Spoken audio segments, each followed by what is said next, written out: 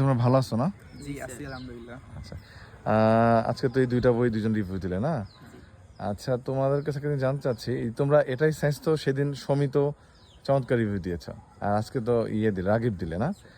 এটা সায়েন্স বইটা আসলে কেমন লাগলো দুজনের?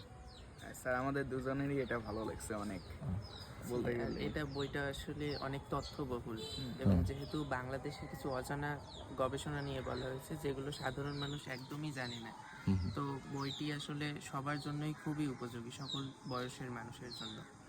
এখানে জাস্ট যদি অল্প সময় বলি কি কি আছে, কলেরা বিষয় আছে তাই না? মানে জাস্ট অধ্যায়গুলোর নাম কি আছে, উলাই চণ্ডী আছে না? তারপর বিপদ সঙ্গে, তারপরে আবার উলাই চণ্ডী বনাম শাড়ি নাকি এই ধরনের শাড়ি ছাঁকনির মাধ্যমে কিভাবে কপি পট থেকে দূরে থাকা যাবে এবং তার মাধ্যমে কলেরা থেকে আর কি কি টপিক আছে? হ্যাঁ, আর প্রাসঙ্গিকভাবে করোনা ভাইরাস সম্পর্কে কিছু তথ্য দেওয়া হয়েছে। ও সেদিন সমিত বলেছিল করোনা ভাইরাসের নামটা কি হবে।